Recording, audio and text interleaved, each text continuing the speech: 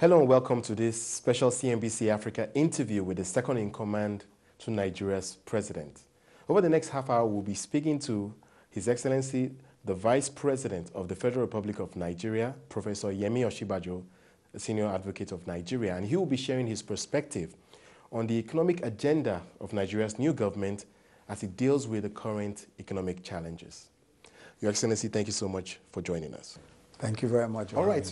Mr. Vice President, let's begin by reflecting on Nigeria at 55. We have a very interesting history. We've moved from a very agricultural-focused economy to the so-called oil boom era, where Nigeria's former leader indeed said that Nigeria's problem wasn't revenues, but what to do with the money the country had. But more recently, of course, Nigeria is dealing with huge economic challenges. We've seen the oil price fall back significantly, and we've seen economic growth slow down to 2.35%. Can you just give us some insight into the economic agenda of Nigeria's president fixing this economy? Well, I think we're at a point which, as you have rightly recognized, is a point where growth has slowed considerably, especially in the second quarter. But the reasons are quite obvious.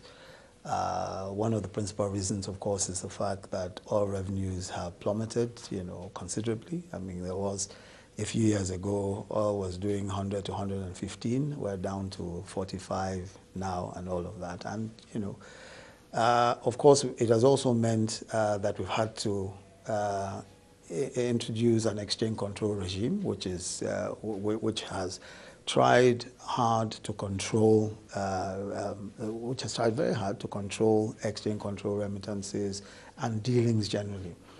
Now, there are also other issues, of course, power, and the manufacturing sector, some slowdown in the manufacturing sector, and then slowdown generally in the world economy. So there are, explanations for where we're at. The other point, of course, also is that we're also inheriting,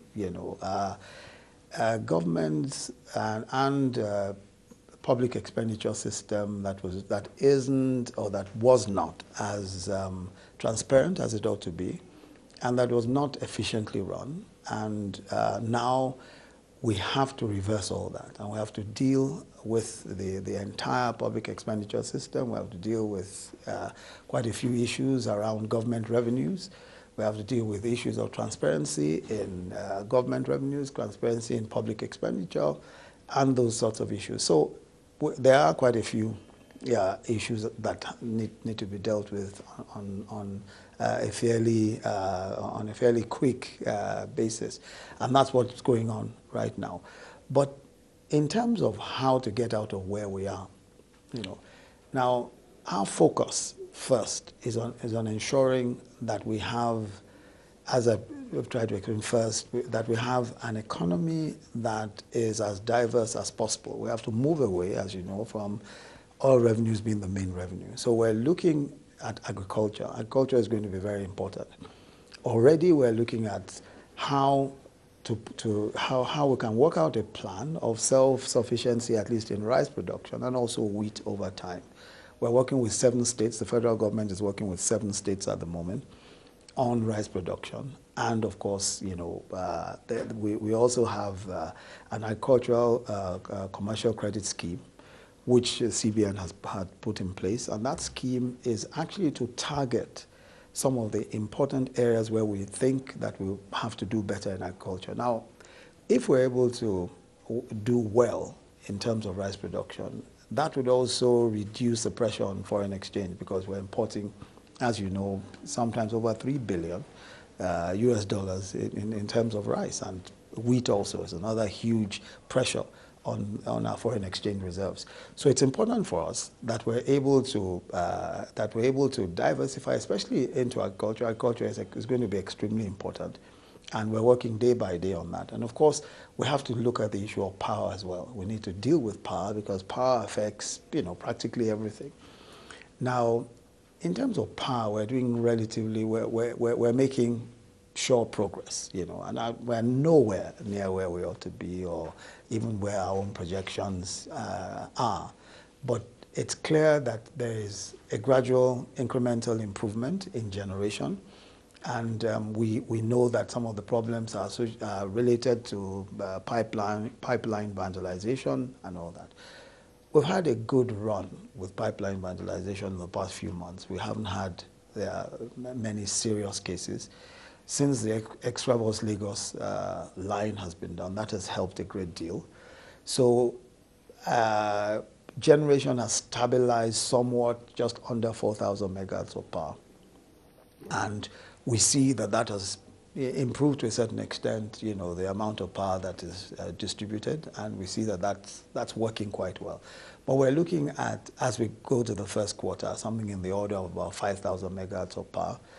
But of course, there are still difficulties with transmission. We need to deal with transmission. Transmission is, at the moment, is of course the only unprivatized segment of the power value chain. It's run commercially. At the moment, we have a firm that's running the transmission commercially. But we have to be looking at what to do long term. And that will be either concessioning or privatization of transmission, because we need substantial investments in transmission. Because even if we generate, I mean, we have installed capacity of about almost 12,000 megahertz of power. Even if we're generating that 12,000 megahertz of power, our transmission can only evacuate, our transmission grid can only evacuate about 5,000 odd megahertz of power. So we really need to do much more in terms of transmission. So short, you know, medium to long term, we have to do something about transmission. So we need to deal with that. Then we need to deal with the problem also of revenues, revenue generation.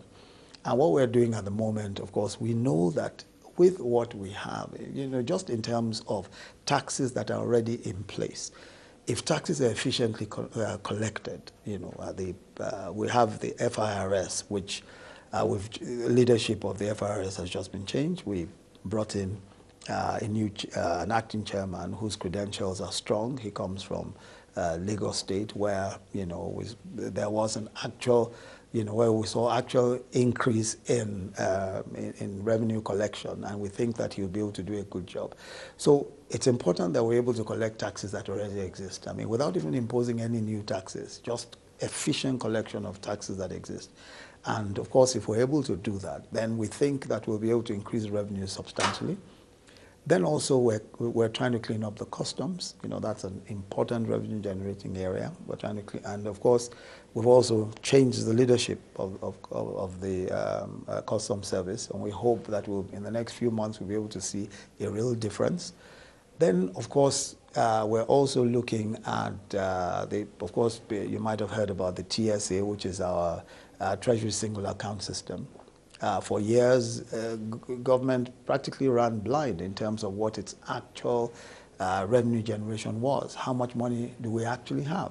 So agencies kept accounts that were not known, you know, centrally, And now we're saying that all of those accounts must be aggregated. We must be able to see, government must be able to see for itself where all its accounts are and how much money it actually has, especially in terms of revenue. There's also the IPPIS, which is our electronic payroll system. That has helped to cut out ghost workers and, you know, inefficiencies in that system. We also have GIFMix, which is again another electronic platform which connects the Accountant General to the budget section, so that the Accountant General is able to monitor the budget broadly. Earlier you mentioned revenue generation and the Treasury Single Account, and I just want you to reflect on that policy, and if you can just give us some insight into how much has been raised as a result of the Treasury Single Account policy as implemented. We're at a point where we're not able to disclose actual figures, because we are still trying to ensure that all of these things are in place. You know, of course, we expect that fairly substantial, we'll see, you know, fairly substantial amounts in terms of government revenues. But we're not at a point yet where we're able to say precisely that this is how much we thought we had and this is how much we have. and that will come in the next couple of weeks, I expect, as we get actual figures from both the central bank and the Accountant General's office. We're not in a position to say precisely now how much, yes. Okay, we look forward to that update. Yes. But in the meantime, let's talk about how this government is working with the central bank. You mentioned exchange controls. Maybe you can just share your thoughts on that policy and some of the intervention policies of the central bank going forward. How can we see the economic policy of this government complement the policy of the central bank? Okay.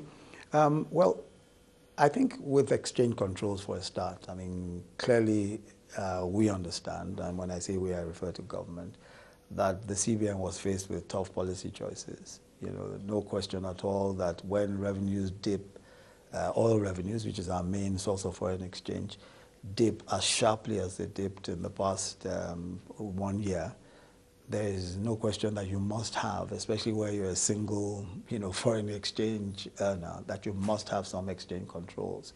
And what the central bank did was to introduce a demand management system, which meant, of course, that there will be some, fairly serious restrictions, especially to manage demand. And I must say that it's been reasonably successful to the extent that our foreign exchange reserves have stabilized and our current account deficit has narrowed. So to that extent, it's been successful. But it's not a long-term policy, and it cannot be a long-term policy, because obviously what we expect to have is a situation where we don't have those sorts of restrictions, where you don't have the strict restrictions that you have now, and where you're able to move transactions back and forth with greater ease, and there's enough, and there is enough foreign exchange to be able to do all of the transactions that we need to do. So clearly, we must move in that direction, and this is short term. And I think that part of what we need to do is to even reduce pressure on foreign exchange reserves. At the moment, of course, just looking at our importation bill, it's just huge. And there are obviously measures that can be taken to reduce that, and agriculture is one main one, especially rice, wheat, and then, oil, palm oil, which is another, major source of, another major drain on foreign exchange. Then, of course, you have oil importation itself, which is substantial. And that's why we need to deal with the whole question of refineries. We need to have, more efficient refineries and private refineries as much as that is possible. So some of the medium to long-term steps that we need to take to reduce pressure on our foreign exchange reserves and are these measures that need to be taken. But by and large, in the short term, we think that the CBN has done what it could do in the circumstances, or what is right to do in the circumstances, but we don't see this as necessarily a long-term solution to even the dip in oil prices and dip in revenues. Yes. Let's focus on the oil sector. Fuel subsidies, it has been a very controversial topic in Nigeria's history, and I just want to find out exactly this government's policy in dealing with that process and perhaps transforming the downstream oil sector away from an era where we import so much of the fuel products that we use in this country. Well, first what we've tried to do is to deal with the issues of inefficiency around the NNPC, which of course is our national oil company. And that's major, because obviously many who just observe, even casual observers of our oil industry, know that we had serious problems around the way that the NNPC was being run. And when your major source of oil revenues is run in that way, obviously you'd have complications. Now, with the change in the management of the NNPC and with some of the new policies that are in place, we think that we're at a point where we will be able to do better, especially in terms of importation of petroleum. We're looking, for example, at the refineries, and the GMD, the Group Managing Director of the NNPC, has actually been looking at how to ensure that the refineries work more efficiently, and to see how we can partner with others to partner with oil companies and refinery owners to refine petroleum locally and to build local refining capacity. So we're at a point where we think that if we are able to make our refineries work more efficiently and bring in other refineries, for example, we have the refinery in Lagos, the Dangote refinery in Lagos, which would do up to 650,000 barrels of oil daily. Now that's significant, and we think it will, by 2017, it should come on stream. And we're hoping that we can speed that up and help this private sector participant, who obviously will be able to help in resolving some of the problems of local refining. We think that if we can deal with local refining, we can deal with the issue of subsidies also. And for us, we're taking a fairly gradualist approach to it. We think that we can do local refining, and we can make local refining more efficient. We can work with private sector participants who are prepared to invest in refining capacity here in Nigeria. And we hope that the aggregate of that will mean that we're not importing refined petroleum in the next 2 to 3 years. And we think that that's a long-term strategy that would work. Right. But can you clarify exactly how quickly we can see those fuel subsidies phased out? Or are you suggesting that perhaps the target date is 2017? As you mentioned, we are seeing significant investment in the private sector. Does that imply that you would maintain the subsidy policy until that comes? We're watching. I mean, there's a great deal of flexibility in thinking through some of these issues. There's a great deal of flexibility, but we're not prepared to rush into any particular policy. There's a great deal of flexibility.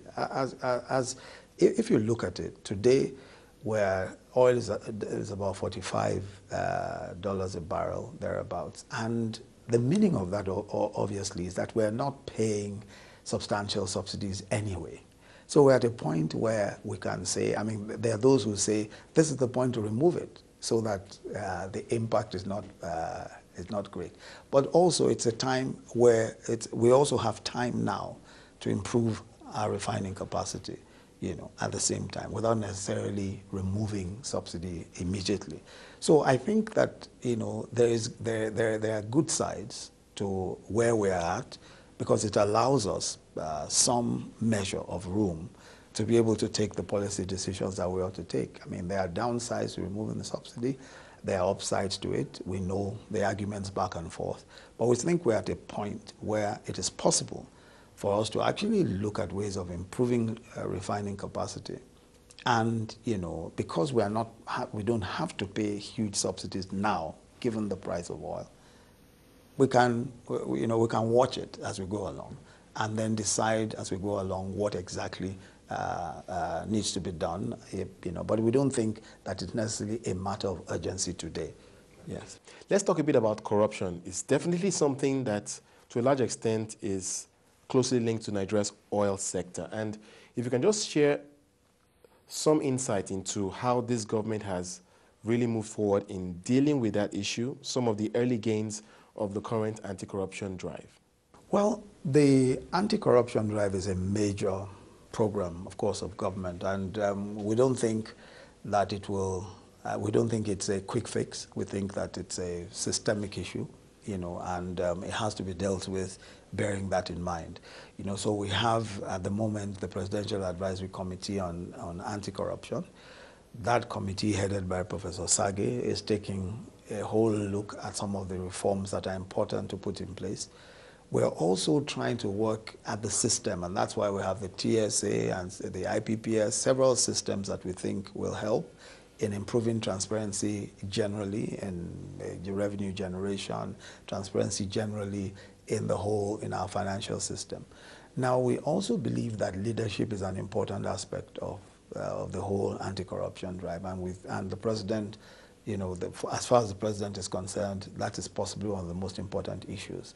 that government itself, that those who are in government, the president, myself, and all of those senior members of government, are able to show by example that that corruption will not be tolerated, and that we ourselves will not be corrupt. So that's very important. The other issue, of course, is ensuring that our system, the court system, is able to deal with cases of corruption efficiently and quickly, and that the system, the administration of justice system itself, is not corrupt. So there's several issues around that. And in order to do so, we need to deal with issues of remuneration of administration of justice officials. We need to deal with infrastructure. We also need to deal with issues of appointment and discipline of judicial officers. Now, the executive does not do that by itself. The executive has to work with the judiciary. And we're already in consultation with the judiciary. We have a huge administration of justice reform program that the judiciary is very involved in. The Chief Justice of Nigeria has interacted with us several times on the questions of how to, what is needed in administration of justice. And of course, we're working with with civil society organizations, especially those that are committed to administration of justice issues. Then the Nigerian Bar Association is also an important partner in this administration of justice reform. We think that the country needs to come to a point where there's an understanding that we have no choice, as a nation, but to clean up our act. We have no choice. I think that the nation must come to that understanding. And that's why part of this is also the national orientation, the whole national orientation move. The president has been speaking about a new orientation, and that will come as part of the programs of the government in anti-corruption programs. But there's a need for there to be some understanding that this is not just trying to enforce some kind of righteousness or trying to enforce some kind of moral standard. That this is actually saying that no economy, no country can survive if you don't have open and transparent government, if government officials are corrupt, or if the judiciary is unable to perform because it's slow or because of corruption. That we need to have a system that runs efficiently so that business will thrive, so that people will feel that justice, they see justice being done on a daily basis. All of that is important in the sense of well-being of a nation, and we think that that's going forward, those will be important issues for us to deal with. The final point I would like you to address is the perception, both locally and abroad, that this government is very high in terms of good intentions, but perhaps action has been slow up till this point. So can you share with us how quickly we can begin to see some of the tangible gains of this government's economic policy? Well, I think tangible progress is bound to be incremental, and we're already beginning to see tangible progress. It will be incremental. We can't, obviously it's not going to happen overnight, and I think that for a government that's barely 4 months old, I understand that because expectations are high, but we're barely 4 months old. I suppose if one is expecting a turnaround of the economy in 4 months, that would be a bit precipitate in terms of expectations. But I think that what is important and what we want to ensure we do is that we're able to dig our roots deep, so that we can build a strong foundation for a country that we're not trying to do an overnight, a quick fix. We want to ensure that the foundations are deep, that we build our foundations well, and that we're able to go forward with a great deal more confidence than in the past. And that involves a bit of doing, it involves a bit of, actually building structures. And you mustn't forget that we've had quite a bad run in terms of governance in this country. We've had quite a bad run. I mean, barely a few years ago, we're looking at huge, a general confidence even in the way government was being run, transparency issues, corruption issues, and all of those. Large sums of money have been moved out of the country, huge amounts of money have been lost, wasted. So I think we're at the point where we need to rebuild, and we are rebuilding, and we're also, as they say, we're trying to fix the car while the engine is running, you know, and that by itself has its own challenges. But we expect to see progress incrementally and as quickly as possible. Thank you very much, Mr. Vice President. I have been speaking to the Vice President of the Federal Republic of Nigeria, His Excellency Professor Yemi Osinbajo, Senior Advocate of Nigeria. He has been sharing his perspective on the economic agenda of the new government and how they look to move things forward. Thank you so much for watching. Until next time, from me and the team, it's goodbye.